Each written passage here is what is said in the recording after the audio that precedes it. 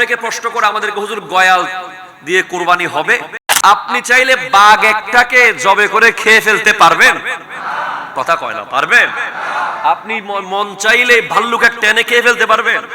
মনে রাখবেন, যে সমস্ত পশু তৃণলতা খায়, ঘাস পাতা খায়, ওই পশুগুলো খাওয়া জায়েজ।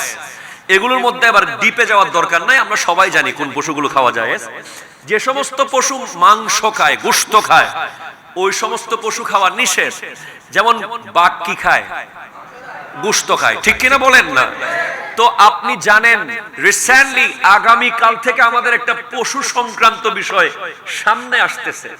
এই যে আমরা কোরবানি করব, কি কি পশু আমরা কোরবানি করতে পারবো? গরু, মহিষ, ওট। কয়টা হলো? এক, বলেন গরু, দুই মহিষ, তিন হচ্ছে ওট। এই তিনটা পশু কোরবানির জন্য উপযোগী, কারণ এগুলো গৃহপালিত। কথা কয় না? এই তিনটা পশুর হিচ্ছা কত করে হবে? 7 করে। প্রতিটাতে কত করে? 7 করে। এরপরে ছাগল, ভেড়া, দুব্বা। ছাগল, ভেড়া কত হিচ্ছা করে? 1। এই 6টা পশু আপনার জন্য যথেষ্ট। আমি হালাল রুজি নিয়ে 2-4টা কথা বলি।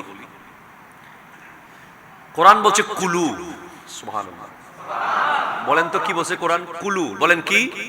কুলু। এটা আমরের সিগা, এটা হলো জামা মুজাক্কার হাজির, ঠিক আছে না রে? কুল, কুলা, কুলু। সুবহানাল্লাহ, জোরে বলেন। তোমরা খাও।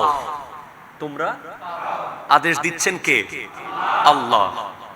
আমর বলা হয় আল আমরু কওলুল কায়েলে লিগাইরিহি আলা সাবিলিল ইস্তিলায়ে ইফআল।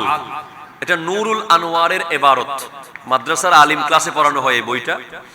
আমর বলা হয় যিনি আদেশ করছেন নিজেকে বড় মনে করে, যিনি আদেশ করবেন উনি নিজেকে বড় মনে করে অন্যকে আদেশ দেওয়া, এটার নাম আমর। সুবহানাল্লাহ বলেন। তাহলে এখানে আমর করছেন কে? আদেশ দিচ্ছেন কে? আল্লাহ বলছেন কুলু। সুবহানাল্লাহ বলেন না? অর্থাৎ তোমরা অবশ্যই খাও। এই কুলু তাফসীরের মধ্যে এসেছে, তাফসীরে নাঈমি শরীফে হাকিমুল উম্মাহ আল্লামা মুফতি আহমদ ইয়ার খান নাঈমি রাহমাতুল্লাহ লিখছেন, আমাদের দেশে একটা অনশন আছে না? অনশন আমরা করি, অনশন করি না? মানে খাওয়ার দাওয়ার বন্ধ করে রাস্তায় শুয়ে থাকা একটা ব্যাপার আছে না? আছে না নাই? এরপর আমাদের যুবকরা অনশন করে বাসায়। কিরকম অনশন করে? বাবা মার সাথে রাগ করে বলে আয় ভাত খাইতাম না। আছে না নাই বলেন? ওই অমুক মেয়েকে পছন্দ করেছে, তার সাথে বিয়ে না দিলে, রাজি না হলে বাসকে মাস বাসায় ভাত খায় না, এরকম যুবক আছে না নাই বলেন? তো এই যে না খাওয়া, এটাকে টোটালি না করে দিয়েছে আল্লাহ কুলু বলার মাধ্যমে। একমাত্র যে যখন না খাওয়াকে ইসলাম বাধ্য করেছে তথা রমজান মাস, ঠিক কিনা বলেন? এছাড়া অন্য সময়ে অপ্রয়োজনে আপনি নিজের জিসিমকে খাবার না দিয়ে থাকলে এটা শরীরের উপর আপনি অত্যাচার করবেন। কারণ ইন্না লি জাসাদিকা আলাইকা হাক্কুন, আপনার শরীরের উপর আপনার হক আছে, আপনার শরীরের আপনার উপর হক আছে। আপনি কারো উপরে রাগ করে আপনি কোন একটা ব্যাপারকে কেন্দ্র করে শরীরকে খাবার দিবেন না, এটা ইসলাম সাপোর্ট করে না, এটা ইসলাম আপনাকে নিষেধ করে দিয়েছে। আমাদের অনেক মা বোনেরা ওয়াজ শুনতেছে না আজকে? আছে তো অনেক সময় স্বামীর সাথে রাগ করে রাত্রেবেলা না খেয়ে ঘুমিয়ে যায়, আছে না বলেন? অনেক সময় শাশুড়ির সাথে রাগ করে 2-3 দিন খাবার দাবার ছেড়ে দেয়, পরে ডায়াবেটিস হয়ে যায়, হার্ট অ্যাটাক চলে আসে, তার শরীর ঝিমুনি চলে আসে, দুর্বল হয়ে যায় রাগারাগির কারণে। কথা কোন ঠিক কিনা? আমার মা বোনরা যারা শুনছেন, আমার যুবক ভাইরা শুনছেন, কোরআন অনুযায়ী একমাত্র রমজান মাস যখন আল্লাহ নিষেধ করেছে এবং যে সমস্ত টাইমে আপনি রোজা রাখেন যখন খাওয়া নিষেধ, এই সমস্ত টাইম ছাড়া অযথা আপনি নিজের শরীরকে খাবার না দেওয়া, এটা ইসলাম বিরোধী কাজ। আপনাকে অবশ্যই ঠিক টাইমে খাবার খেতে হবে, ঠিক কিনা বলেন? কারো উপরে রাগ করে খাবার বর্জন করা যাবে না। এখন কি খাবেন আপনি? কি খাবেন? মিন তাইয়্যিবাতি মা রাযাকনাকুম, ওই খাবারগুলো খাবেন যেগুলো জমিনের উপরে পবিত্র খাবার। সুবহানাল্লাহ নাই, আরো জোরে বলেন সুবহানাল্লাহ। কি খাবার বলেন তো? পবিত্র। আরো জোরে বলেন কি খাবার? যেগুলো আল্লাহ আপনাকে রিজিক হিসেবে দিয়েছে, পবিত্র রিজিক। অপবিত্র খাবার খেতে পারবেন না, ঠিক কিনা বলেন? কোন সুযোগ নাই, কোন সুযোগ। তাহলে আপনাকে খেতে হবে যে সমস্ত খাবার পবিত্র। এখন পবিত্র খাবার কোনগুলো? এগুলো ইসলাম আপনাকে জানিয়ে দিয়েছে কোরআন হাদিসের মাধ্যমে। আমরা যেগুলো নিয়মিত খাই, যেমন আপনি চাইলে বাঘ একটাকে জবে করে খেয়ে ফেলতে পারবেন? কথা কয় না, পারবেন? আপনি মন চাইলে ভাল্লুক একটা টেনে খেয়ে ফেলতে পারবেন? মনে রাখবেন, যে সমস্ত পশু তৃণলতা খায়, ঘাস পাতা খায়, ওই পশুগুলো খাওয়া যায়। এগুলোর মধ্যে আবার ডিপে যাওয়ার দরকার নাই, আমরা সবাই জানি কোন পশুগুলো খাওয়া যায়। যে সমস্ত পশু মাংস খায়, গোশত খায়, ওই সমস্ত পশু খাওয়া নিষেধ। যেমন বাঘ কি খায়? গোশত খায়, ঠিক কিনা বলেন না? তো আপনি জানেন রিসেন্টলি আগামী কাল থেকে আমাদের একটা পশু সংক্রান্ত বিষয় সামনে আসতেছে। এই যে আমরা কোরবানি করব, কি কি পশু আমরা কোরবানি করতে পারবো? গরু,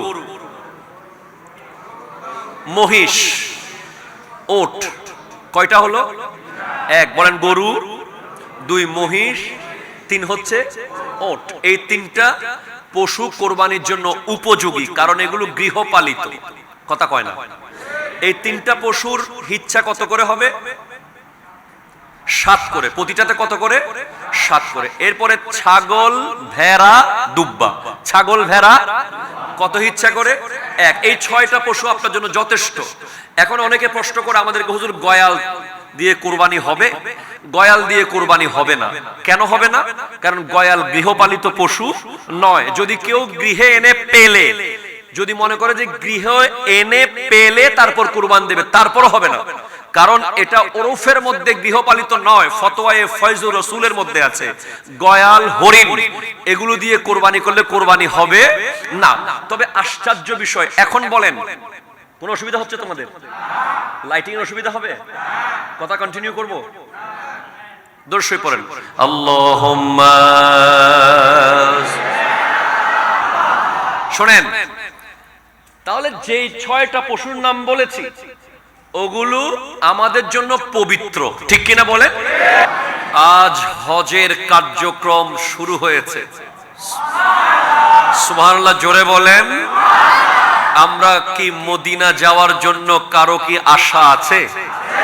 কার কার আছে দেখাতে পারবেন?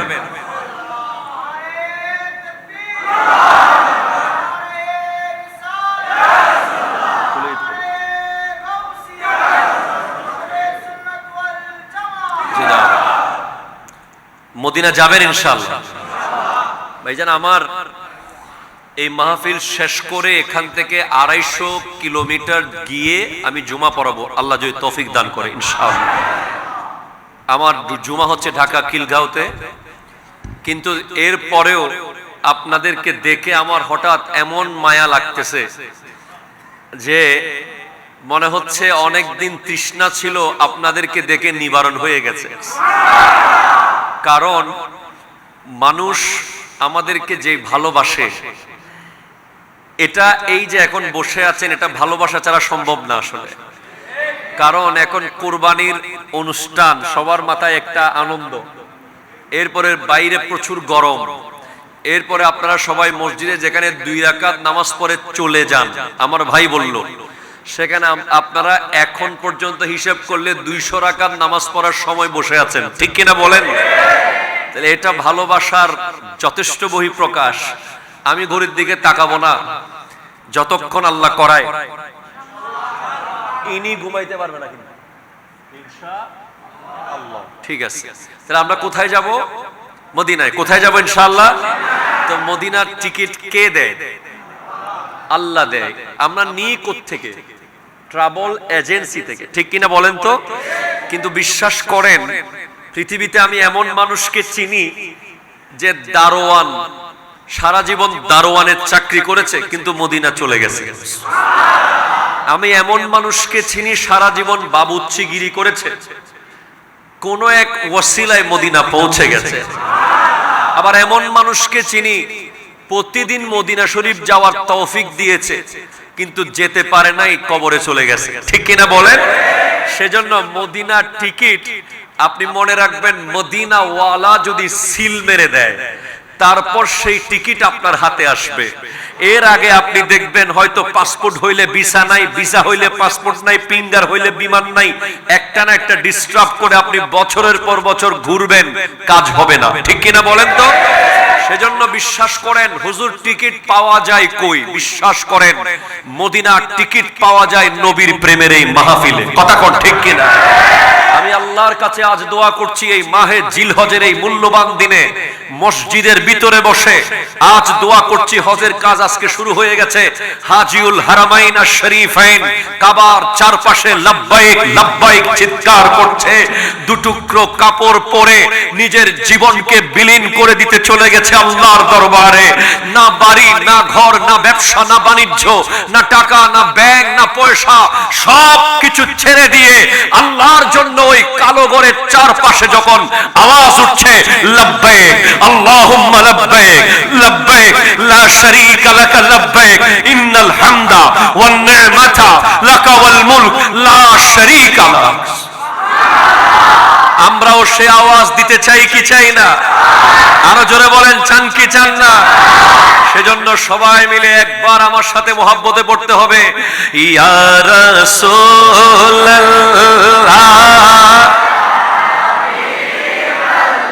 লা ইয়া রাসূলুল্লাহ ইয়া হাবিবাল্লাহ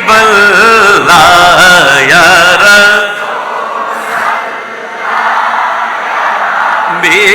হাবিবাল্লাহ ইয়া রাসূলুল্লাহ।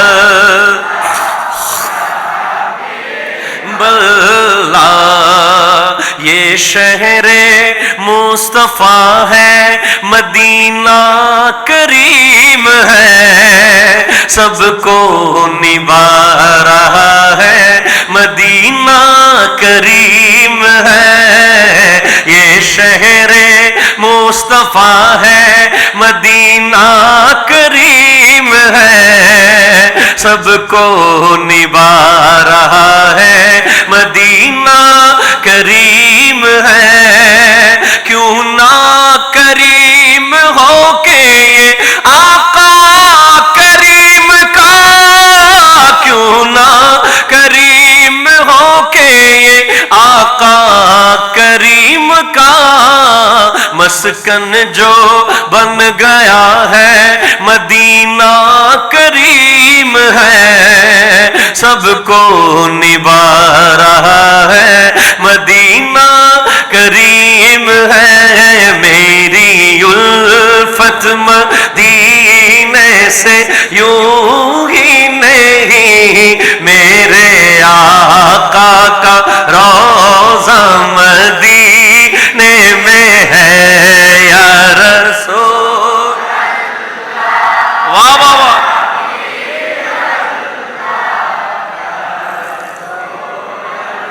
लाया हबीबल्लाह या रसूल,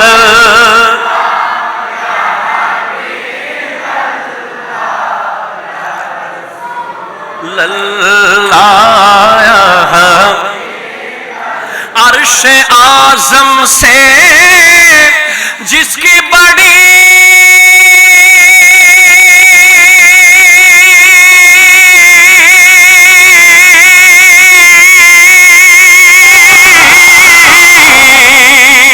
अर्शे आज़म से जिसकी बड़ी शान है, रोज़ाए मुस्तफ़ा जिसकी पहचान है, रोज़ाए मुस्तफ़ा जिसकी पहचान है, जिसका हम पल्ला कोई মহল্লা নেই, যার সমানার কোথাও কোনো গ্রাম নাই, এমন একটা গ্রাম আছে ওই মদিনায়। ইয়া রাসূল বেবাল্লাহ, ইয়া রাসূলুল্লাহ, ইয়া হাবিবাল্লাহ। আমার ভালোবাসা মদিনার জন্য শুধু শুধু নয়, আমার নবীজির রওজাটা ওই মদিনায়। আমি বারবার কেন মদিনাতে ছুটে যাব না, আমার জানার ঈমান ওই মদিনায়। আর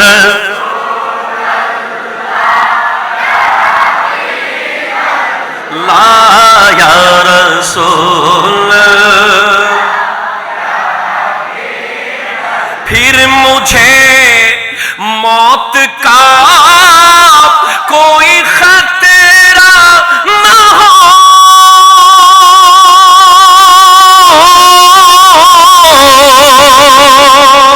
मौत क्या जिंदगी की भी परवाह न हो, তারপরে যদি মরণ আসে কোনো চিন্তা নাই। আর মরণ কি এই দুনিয়াদারির কোনো পরোয়া নাই। কেন?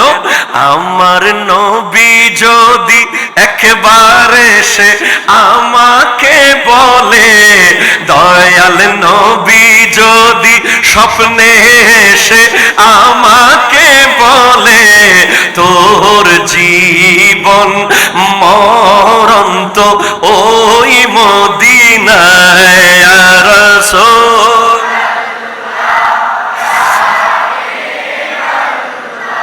ইয়া রাসূল,